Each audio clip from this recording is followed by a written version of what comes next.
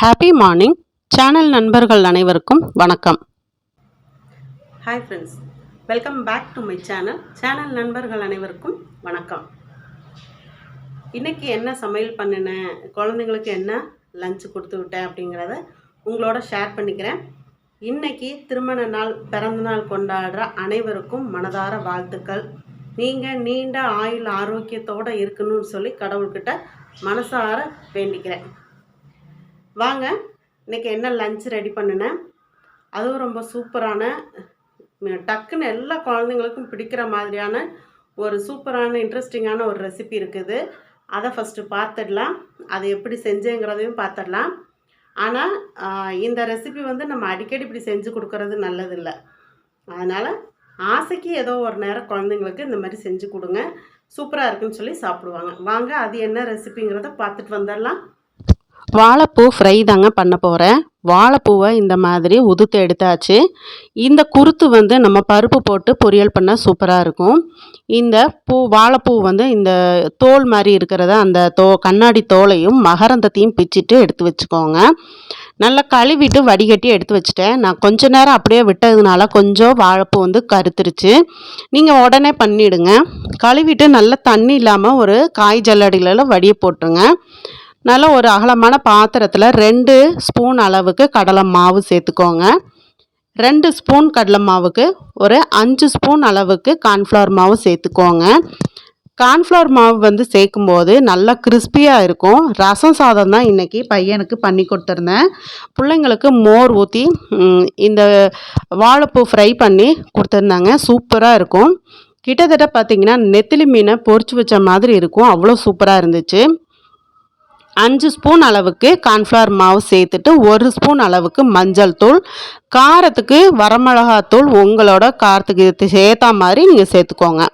நான் ஒரு 2 ஸ்பூன் அளவுக்கு வரமிளகாத்தூள் சேர்த்துருக்கேன். ஹோம்மேட் கரம் மசாலா 1 ஸ்பூன் அளவுக்கு சேர்த்துக்கோங்க. இது கூடவே தனி மல்லித்தூள் 1 ஸ்பூன் சேர்த்துக்கோங்க. நல்ல காரசாரமாக நல்ல மொறுன்னு ரொம்ப சூப்பராக இருக்கும். சாதம் வடித்து மோர் வச்சு பக்கத்தில் வச்சு சாப்பிட ரொம்ப சூப்பராக இருக்கும். கலருக்காக காஷ்மீரி சில்லி பவுடர் 1 ஸ்பூன் சேர்த்துருக்கேன். அது ஆப்ஷனல் தான். மிளகு தூள் 1/2 ஸ்பூன் சேர்த்துக்கோங்க. கிட்டத்தட்ட பார்த்தீங்கன்னா வாழைப்பூவில் ஃப்ரை பண்ணணும்னு சொன்னால் யாருமே நம்ப மாட்டாங்க. அந்த அளவுக்கு சூப்பராக இருக்கும்.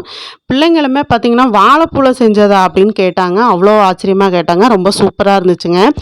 1 ஸ்பூன் அளவுக்கு இஞ்சி பூண்டு பேஸ்ட்டு சேர்த்துக்கோங்க. இஞ்சி பூண்டு பேஸ்ட்டு பொறுத்த வரைக்கும் ஜாஸ்தி சேர்க்க வேண்டாம். ஜாஸ்தி சேர்த்துட்டோம் அப்படின்னா நம்ம பொரிக்கும் போது அடியில் ஒட்டிக்கும். இது கேசரி பவுடர் 1 பிஞ்ச் அளவுக்கு கலருக்காக நான் சேர்த்துக்கிட்டேன். இதுவுமே ஆப்ஷனல் தான், வேணும்னா சேர்த்துக்கலாம். இதுக்கு நம்ம நிறைய தண்ணி விட்டு மாவை பிசையக்கூடாது. லைட்டாக தெளித்து விட்டுட்டு அந்த உப்பு, அதாவது உப்பு தேவையான அளவுக்கு சேர்த்துருக்கோம். எல்லா இன்க்ரீடியன்ஸும் ஒன்று போல் கலந்து வர மாதிரி இந்த மாதிரி நல்லா ஒன்று போல் பெசரி விட்டுக்கோங்க. மாவாக தான் இருக்கணுங்க. இப்படி உதிரியாக இருக்கும்போது தான் உங்களுக்கு லாஸ்ட்டு வரைக்குமே அந்த கிறிஸ்பி இருக்கும். வாழைப்பூவுமே நல்லா மொறுன்னு வெந்து வருங்க. கிட்டத்தட்ட பார்த்திங்கன்னா நம்ம உருளைக்கிழங்கு சிப்ஸ் கடையில் நம்ம ரெட் சில்லி உருளைக்கிழங்கு சிப்ஸ்ன்னு வாங்கி சாப்பிடுவோம். அந்த மாதிரியே இருக்குங்க. பார்க்குறதுக்கு வாழைப்பூ மாதிரியே தெரியாது. மாவை நல்லா ஒன்று போல் பெசரி விட்டுட்டு நம்ம தண்ணி வடிய வச்சுருந்த வாழைப்பூவை சேர்த்து நல்லா கலந்து விட்டுருங்க. ஒரு 10 நிமிஷம் விட்டுங்க அப்படின்னா வாழைப்பூவில் இருந்து அந்த ஈரத்தன்மை இன்னுமே மசாலாவை நல்லா ஒட்டி பிடிச்சிக்கும். நீங்கள் இதை அரிசி மாவு கூட நீங்கள் சேர்க்கலாம். ஆனால் அரிசி மாவு நீங்கள் சேர்க்குறதா இருந்தால் உடனே பொரித்து சாப்பிட்ற மாதிரி இருக்கணும். அந்த மாதிரி இருந்ததுனா தான் கிறிஸ்பியாக இருக்கும். கார்ன்ஃப்ளவர் மாவுன்னா உங்களுக்கு ஆறுனதுக்கப்புறமும் அந்த மொறு தன்மை இருக்குங்க. அதனால தான் நான் கார்ன்ஃப்ளவர் மாவு சேர்த்தேன். கார்ன்ஃப்ளவர் மாவு இல்லாத பட்சத்தில் நீங்கள் அரிசி மாவு சேர்த்துக்கோங்க. சாப்பிடும்போது பொரிச்சுக்கோங்க. நல்லா ஒன்று போல் இந்த மாதிரி கலந்து விட்டுக்கோங்க. இன்னொன்று, இதை ஊற வைக்கும்போது உப்பு ஜாஸ்தியான மாதிரி இருக்கும். அதனால் உப்பு அளவாக சேர்த்துக்கோங்க. குவான்டிட்டி என்னமோ நிறையா இருக்கிற மாதிரி இருக்கும். வாழைப்பூ ஊற குவான்டிட்டி கம்மியாகிட்டே இருக்கும். அதனால் உப்பு அளவாக சேர்த்துக்கோங்க. இப்போ ஒரு 5 நிமிஷம் மட்டும் நான் அப்படியே விட்டுறேன். எனக்கு காலையில் டைமு, குழந்தைங்களுக்கு சாப்பாடு கொடுக்கறதுக்கு டைமும் ஆயிடுச்சு. நான் இப்போ வாழைப்பூவோட கொஞ்சம் கருவேப்பிலையும் சேர்த்துருக்குறேன். கருவேப்பிலையும் சேர்த்துட்டு திருப்பி நம்ம ஒரு பெரட்டு பெரட்டி விட்டோன்னா, நான் முதல்ல கலந்தப்போ எவ்வளோ குவான்டிட்டி இருந்துச்சுன்னு பார்த்துருப்பீங்க. இப்போ பாருங்கள் எவ்வளோ ஊறினதுக்கப்புறம் குவான்டிட்டி ரொம்ப கம்மி ஆயிடுச்சு. இப்போ பொரிச்சு எடுக்க ஆரம்பிச்சிடலாம். இப்படி நம்ம 2 3 எடுத்து இப்படி எண்ணெயில் போட்டு பொரிச்சுக்கலாங்க. தீ வந்து நல்ல பூரி சுடுற அளவுக்கு எண்ணெய் சூடாகிற அளவுக்கு தீ வச்சுக்கோங்க. ரொம்பவும் ஸ்லோவாக வச்சிட்டிங்கன்னா சதன்னு ஆகிடும். ஹையாக வச்சிட்டிங்க அப்படின்னா சீக்கிரம் தீஞ்சு போயிடும். அதனால் மீடியம் ஃப்ளேமில் வச்சு நம்ம பூரியெல்லாம் சுடுறதுக்கு எந்த அளவுக்கு எண்ணெய் சூடு இருக்குமோ அந்த அளவுக்கு சூடு இருந்ததுன்னா போதுங்க. இப்போ போட்டு நல்லா முருகலாக ஆகிற அளவுக்கு திருப்பி விட்டு பொரிச்சு எடுத்துக்கோங்க. சூப்பரான இந்த வாழைப்பூ ஃப்ரை நீங்களும் பண்ணி பாருங்கள். எதுவுமே உங்களால் செய்ய முடியல, ஒரு தயிர் சாதம் பண்ணணும், எனக்கு ரொம்ப வேலை இருக்குது, இல்லை எனக்கு உடம்பு டயர்டாக இருக்குதுன்னா அந்த மாதிரி டைமில் இந்த சிம்பிளான வாழைப்பூ ஃப்ரை பண்ணி சாப்பிட்டு பாருங்கள். காரசாரமாக சாப்பிட்ட மாதிரியும் இருக்கும். தயிர் சாதம் மோர் சாதமாக இருந்தாலும் தொட்டுக்க ரொம்ப சூப்பராக இருக்கும். பருப்பு சாதத்துக்கெல்லாம் கூட ரொம்பவே எம்மியான ஒரு சைட் டிஷ்ஷுன்னு சொல்லலாங்க. ரொம்ப சூப்பராக இருக்கும். மீனெல்லாம் தோற்று போயிடும், அந்த அளவுக்கு டேஸ்ட்டாக இருக்கும். ட்ரை பண்ணி பாருங்கள். மீதி இருக்கிறதையும் இந்த மாதிரி பொரித்து எடுத்துக்கிறேன். ஏன்னா 3 பேர்த்துக்குமே லஞ்ச் பாக்ஸ் கொடுத்து விடணும். அதனால் முக்கால்வாசி அளவுக்கு பொரித்து கொடுத்துட்டு ஹஸ்பண்டுக்கு மட்டும் கொஞ்சம் எடுத்து வச்சுட்டேன். தீ மட்டும் நம்ம கவனமாக வச்சுக்கணும். ரொம்பவும் தீஞ்சு போகாத அளவுக்கு, ரொம்பவும் சதன்னு ஆகாத அளவுக்கு மீடியம் ஃப்ளேம்லேயே எண்ணெயும் சூடாக இருக்கிற மாதிரியே பார்த்து பொரித்து எடுத்துக்கோங்க. ஸ்நாக்ஸுக்குங்கும் போதுமே ரொம்ப சூப்பராக இருக்குது. ஈவினிங் வந்து குழந்தைங்க ஸ்கூல் விட்டு வந்தோன்னே ஏதாவது மொறுன்னு கேட்குறாங்க அப்படின்னா இது சாப்பிட கொடுக்குறதுக்கும் நல்லாயிருக்கும். இல்லை லஞ்சுக்கு நீங்கள் காய் எதுவும் செய்யலை, இந்த மாதிரி வாழைப்பூ இருந்துச்சுன்னு சொன்னால் கண்டிப்பாக வாழைப்பூ பொரியல் பண்ணி கொடுத்தீங்கன்னா பிள்ளைங்க சாப்பிட மாட்டாங்க. அதுக்கு இந்த மாதிரி செஞ்சு கொடுத்துட்டிங்கன்னா சாப்பிட்டுக்குவாங்க. ஏற்கனவே சொன்ன மாதிரி அடிக்கடி நம்ம வாழைப்பூவை எண்ணெயில் போட்டு பொரித்து கொடுக்குறதும் நல்லது கிடையாது. கொஞ்சம் பருப்பில் போட்டு கூட்டு மாதிரி செஞ்சு கொடுக்குறது நல்லது தான். ஆனால் குழந்தைங்க சாப்பிடாத பட்சத்தில் இந்த மாதிரி செஞ்சு கொடுங்க. நீங்களும் ஏதோ ஒரு நேரத்தில் இந்த மாதிரி மொறுன்னு சாப்பிட்டு பாருங்கள். சூப்பராக இருக்கும். சுவையான வாழைப்பூ ஃப்ரை ரெடி ஆயிடுச்சு. இன்றைக்கி என்ன லஞ்சு நான் கொடுத்து விடுறேன்னு பாருங்கள். பெரிய பொண்ணுக்கு இன்றைக்கி நான் சாப்பாடு தான் தருவேன்னு சொல்லிட்டேன். எதுக்குமா இந்த சங்கடம் அப்படின்னுச்சு. ஆனாலும் பரவாயில்ல, ஏதோ ஒரு நாளைக்கு சோறு கொண்டு போய், எப்போவுமே டிஃபன் தானே கொண்டுட்டு போகிற, சோறு கொண்டு போ அப்படின்னு சொல்லி இன்றைக்கி சாப்பாடு வச்சுட்டாங்க. தயிர் வந்து குழம்பு பாத்திரத்தில் தயிர் ஊற்றியாச்சு.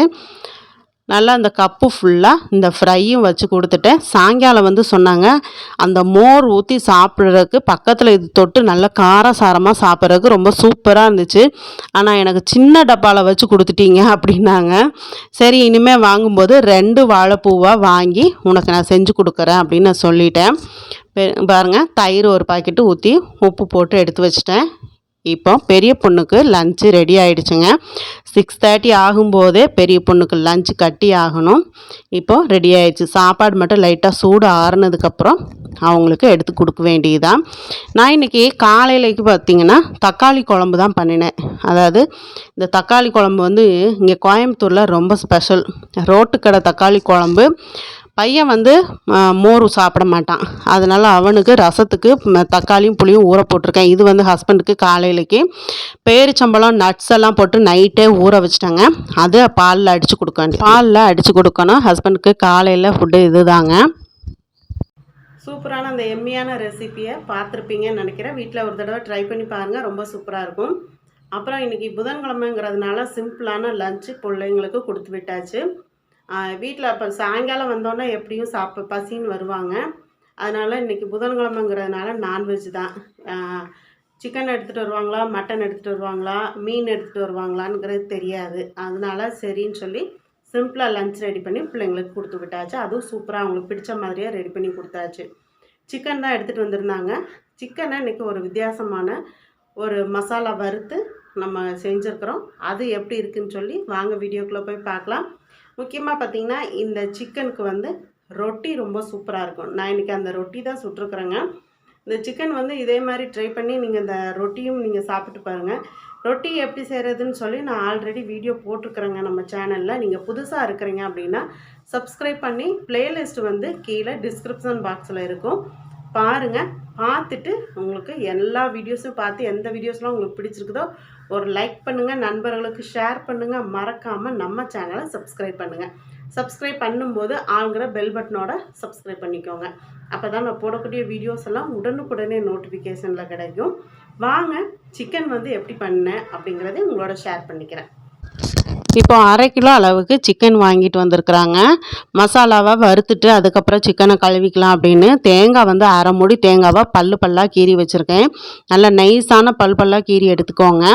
1 ஸ்பூன் அளவுக்கு சோம்பு, 1 ஸ்பூன் அளவுக்கு வறுத்த நிலக்கடலை, 1/2 ஸ்பூன் சீரகம், 1 ஸ்பூன் அளவுக்கு மிளகு, 2 ஏலக்காய், 1 பட்டை, 2 கிராம்பு, பிரிஞ்சி இலை சின்னதாக எடுத்தேன். இதில் பாதி நமக்கு மசாலா வறுக்கிறதுக்கு போதும். இப்போ மசாலா நம்ம வறுத்துடலாம் வாங்க. கடாய் ஒன்று அடுப்பில் வச்சுக்கோங்க.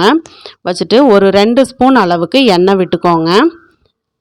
இந்த தேங்காயை நம்ம பல்லாக கீறி வச்சுருக்கோம்ல, நீங்கள் துருவினா கூட பரவாயில்ல.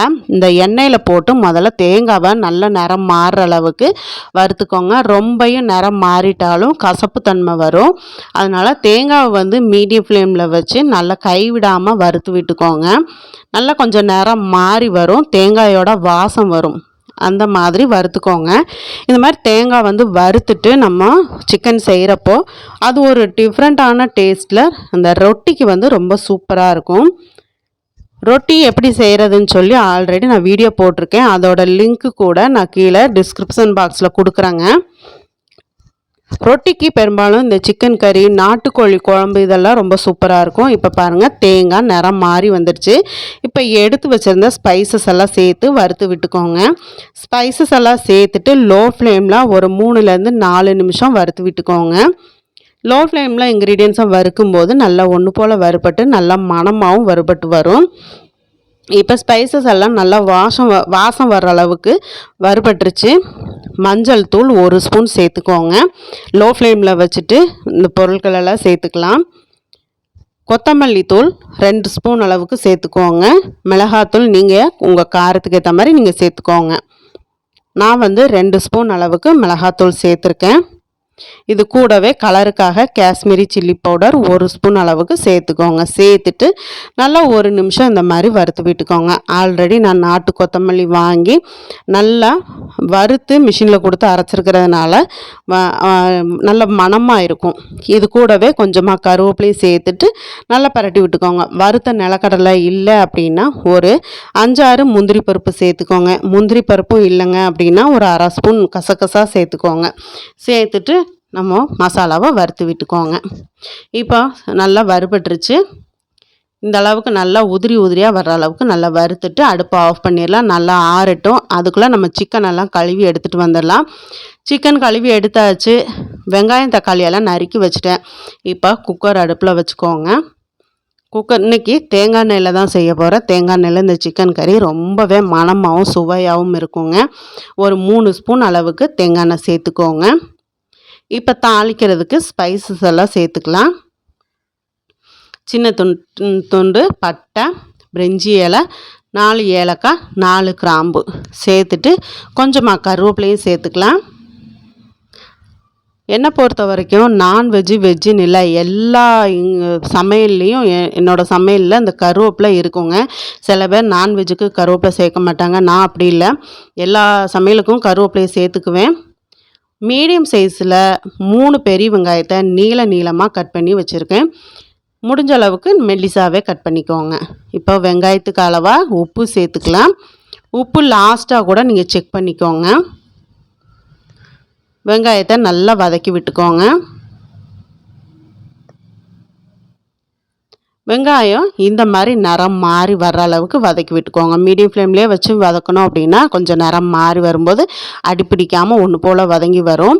மீடியம் சைஸ் தக்காளி 2 தக்காளியை இந்த மாதிரி சேர்த்துட்டு மசிய வதக்கி விட்டுக்கோங்க. தக்காளி புளிப்பு இல்லாததுனால மீடியம் சைஸில் 2 தக்காளி சேர்த்துருக்கேன். இதுவே புளிப்பாக இருந்ததுன்னா 1 தக்காளி போதும். இப்போ கழுவி வச்சுருக்கிற சிக்கனை தண்ணியெல்லாம் வடிச்சிட்டு சேர்த்துக்கோங்க. சிக்கன் சேர்க்கும்போது நீங்கள் மீடியம் ஃப்ளேமில் அல்லது லோ ஃப்ளேமில் வச்சுக்கோங்க. ஹை ஃப்ளேமில் வைக்க வேண்டாம். இப்போ சிக்கனுக்கு 2 ஸ்பூன் அளவுக்கு இஞ்சி பூண்டு பேஸ்ட்டு சேர்த்துக்கோங்க. இது கூடவே சிக்கன் வந்து நல்லா சாஃப்டாக வெந்து வரதுக்கு புளிப்பில்லாத தயிர் 2 ஸ்பூன் அளவுக்கு சேர்த்துக்கோங்க. நான் இன்றைக்கி பேக்கெட் தயிர் தாங்க வாங்கியிருக்கிறேன். இப்போ கொஞ்ச நாளாகவே நான் பேக்கெட் தயிர் தான் யூஸ் பண்ணுறேன். இந்த பேக்கெட் தயிர் வந்து நல்லா இருக்குது, புளிப்பு இல்லை, கொஞ்சம் மோர் அடிக்கிறதுக்கெல்லாம் நல்ல மணமாகவும் இருக்குது. அதனால நான் இப்போ கொஞ்ச நாளாக நான் வந்து பால் ஊற்றுறதில்ல, தயிரே வாங்கிக்கிறதுங்க. இப்போ நல்லா மீடியம் ஃப்ளேமில் வச்சு சிக்கனை நல்லா பிரட்டி விடுங்க. 1 ஸ்பூன் அளவுக்கு மஞ்சள் தூள் சேர்த்து நல்லா பிரட்டி விட்டுக்கலாம். ஒரு 5 நிமிஷம் மீடியம் ஃப்ளேம்லேயே வச்சு பிரட்டி விட்டிங்கன்னா சிக்கன்லேருந்து தண்ணி பிரிஞ்சு வரும். இஞ்சி பூண்டு பேஸ்ட்டோட ராஸ்மெல் போயிடும்.